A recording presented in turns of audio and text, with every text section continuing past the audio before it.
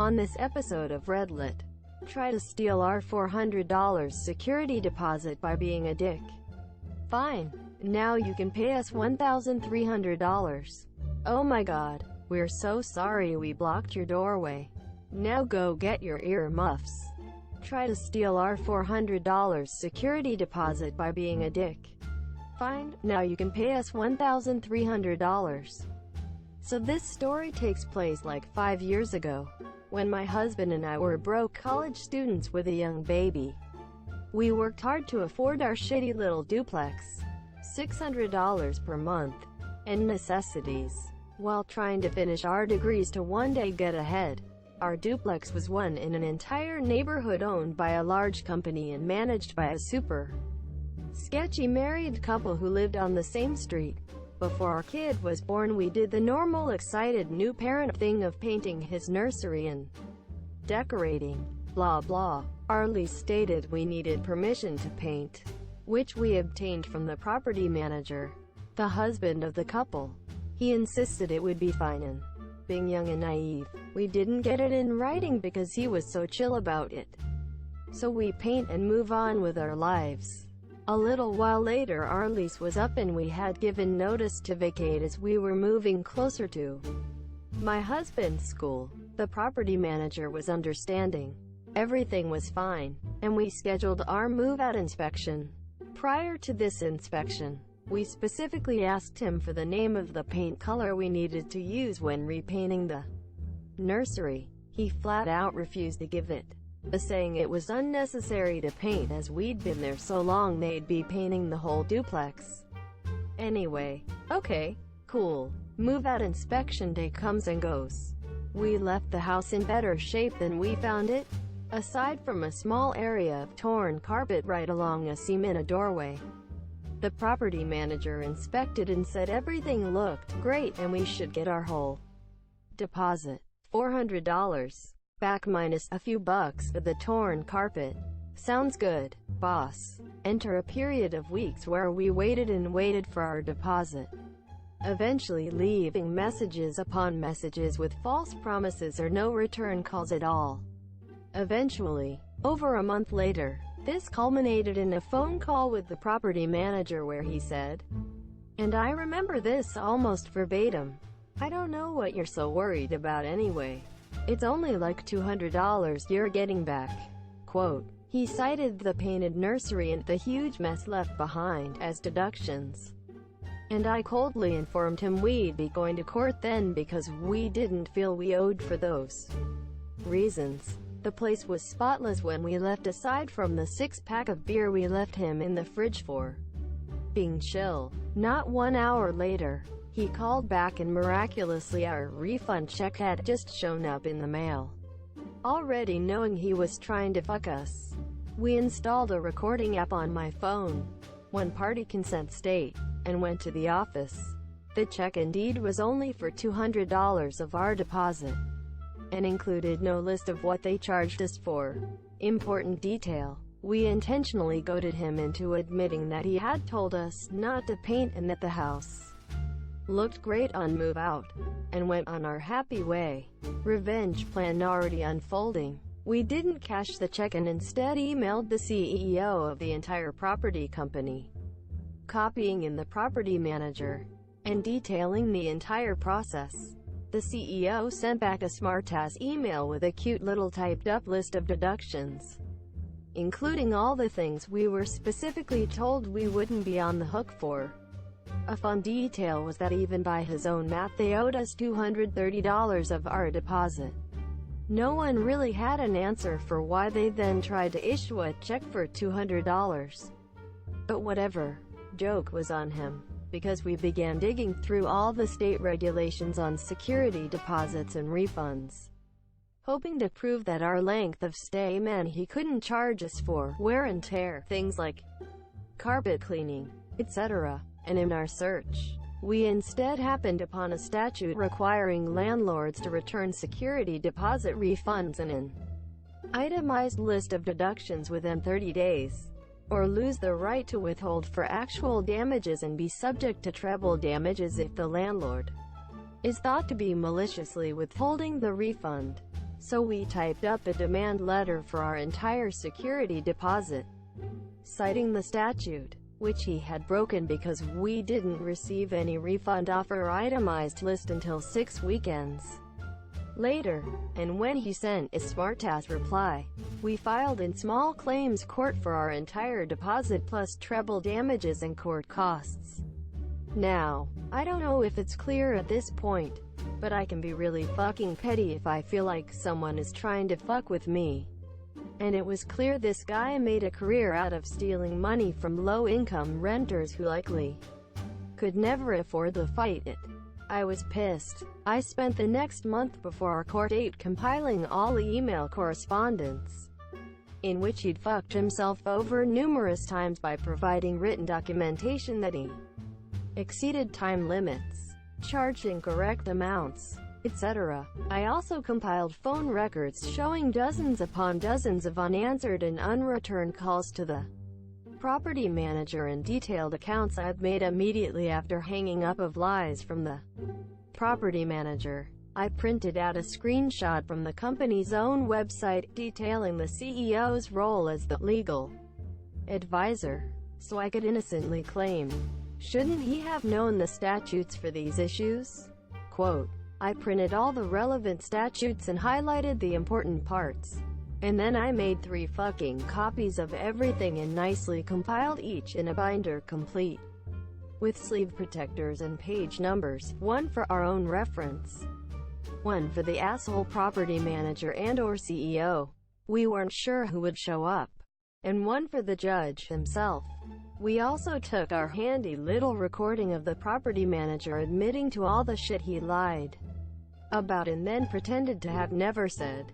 Needless to say, the judge laughed at how prepared we were, asked if we were law students, and then awarded us treble damages and court fees as well as interest. I will never forget the CEO's face when we looked over and smiled at him as all his asshole emails and disregard for the law were on the table, and rather than giving us the original $350 or so we were promised from our deposit, he ended up paying us over $1,300 a month later.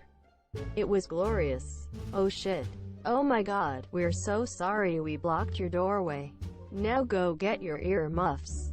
I've had a long, respectable career in game development. A couple of years ago I've abandoned it for a cushy corporate job, and now spend most of my days missing game dev. This story takes place about 10 years ago at the apex of my career. I was the lead on a AAA project. Our parent company, for which video games was just one of many lines of business, was going through changes. We had to move offices 3 times in 1 year. Second of the 3 moves, always intended to be temporary, put us into the basement of an older building long occupied by satellite departments not involved with development. The basement we were given had been empty for years, save for the most distant office. You enter the basement through a dimly lit staircase. Then, after you snaked through a horror movie-like maze of corridors and interconnected small rooms, you'd eventually arrive at the farthest room of all. A golden plaque was on the door. Trademark Compliance Department. Literally no one I knew was ever aware of trademark compliance, even though trademarks were a pretty important part of everything we did. The department consisted of a single elderly trademark attorney and his fresh-faced college grad assistant, paralegal, whatever. The lawyer flipped his friggin' shit when he learned people were being moved into his basement. For a couple of weeks, he tried desperately to prevent the move, getting all the way to the CEO. The tiny leathery lawyer amazed everyone with his deep booming voice that would climb and pitch as he yelled and screamed and threatened. So, all his efforts being for naught, our stuff was moved into the basement over 1 weekend. We spent the following Monday and Tuesday dealing with all sorts of setup woes.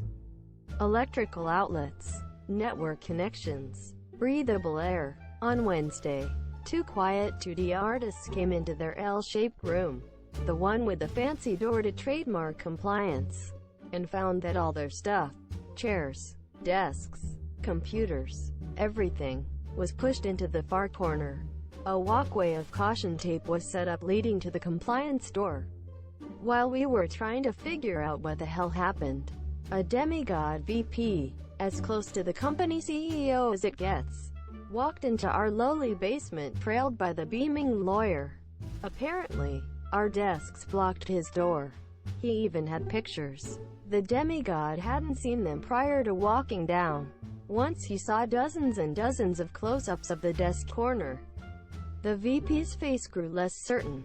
Our desk was blocking his doorway by less than an inch on the side with the hinges. The door opened away from the desk.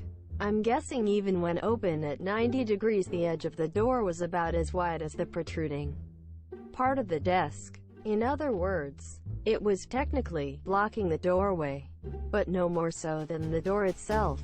Non-committal as always, the demigod instructed us to make sure all pathways were clear at all times, and that he expected this would be the last time he had to get involved. I'm generally a people pleaser. I can even maybe sympathize with an old guy freaking out when a gaggle of children in ironic t-shirts wreck his long-established way of life. I figured it was time to modify the seating chart. 2 people would be a pretty tight fit for that weird room. And I also didn't want my quiet flower child artist anywhere near that loon. I apologized to the lawyer and told him I was moving 2 people out and moving just 1 person in, making sure it was as uncluttered as possible. I had 2 potential candidates in mind, and while leaning strongly towards one, I considered a milder option in case the lawyer turned out to be an all-right guy after all. The lawyer answered my apology with a triumphant, "Serves you right, and that's what you get for messing with adults," and "Welcome to the real world, and this is far from over." He then ordered me to wait right here, and came out with a tape measure. We snaked throughout his entire path from the staircase to his office, measuring clearance from desks and chairs and people's items. And the lawyer booped desks and monitors and garbage cans, and pushed people sitting in their chairs as if they were garbage cans. He crawled on the floor and marked out "No Man's Land" in chalk. No one was ever allowed to block his pathway, or he'd have everyone's jobs. Once all the lines were drawn, and the lawyer retreated to his fortress of smugness, I knew our slightly unhinged physics programmer with his anime posters and the loud clank of his mechanical keyboard would not be moving to the room after all. My revenge was going pro. Now, the issue of sound was discussed more than any other as we were planning the temporary move. Our sound designer had to listen to all sorts of sounds at full volume on different types of speakers, not just on his headphones. If sound was designed on headphones, and you played it on surround speakers, you'd sense it. Our old office had a professionally soundproofed room this year. Even then, that was a pretty unpleasant thing. Huge sounds could not be heard, but could be felt. Like an inaudible earthquake, it struck you with primal dread. So we discussed this on and on and on. I wanted a soundproof room, Monsieur Management wanted headphones. We eventually agreed on a compromise. We just have to accept screams and explosions on speakers while we were in the basement. This decision had also been made and approved by the same VP. About a month before the walkway and chalk incident. You already see where I'm going with this. We made the walkway semi-permanent with construction tape. I took pictures and sent an update email to everyone reporting that A, we pledged to keep all pathways clear at all times, and B, the offending room would have the 2 girls move out, and only have the sound designer move in. VP replied with "Thank you, that's great." See how the email listed the sound designer in an offhand way? This was not my first rodeo. We moved the sound designer and all his equipment into the room this year. The next morning, explosions started, then stopped. High-pitched screams in the distance. Footsteps. My door flew open and the lawyer ran in screaming, "What the fuck?" He dragged me across the street to the VP's office. VP was not there. The lawyer screamed and jumped and stomped his little feet, left voicemails, then retreated to write an email to the VP, with CC list possibly going all the way up to President Obama and the Lord Commander of the Knights Watch. I quickly replied that 1.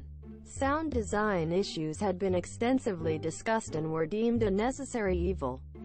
2. I notified everyone before the fact the sound designer was moving to that particular room. And 3. If I had to keep moving people around every day, I wouldn't be able to hit my milestones. VP replied the next morning saying, he's right about milestones, besides it's temporary anyway. And so, for the next 7 months, Compliance Department was subjected to 8 hours a day of non-stop explosions, gunfire, screams, grunts, engine roar, and wet thuds. Once released, our game's sound was singled out for praising multiple reviews. I put the lawyer's name somewhere in the midst of the thank you section in the credits.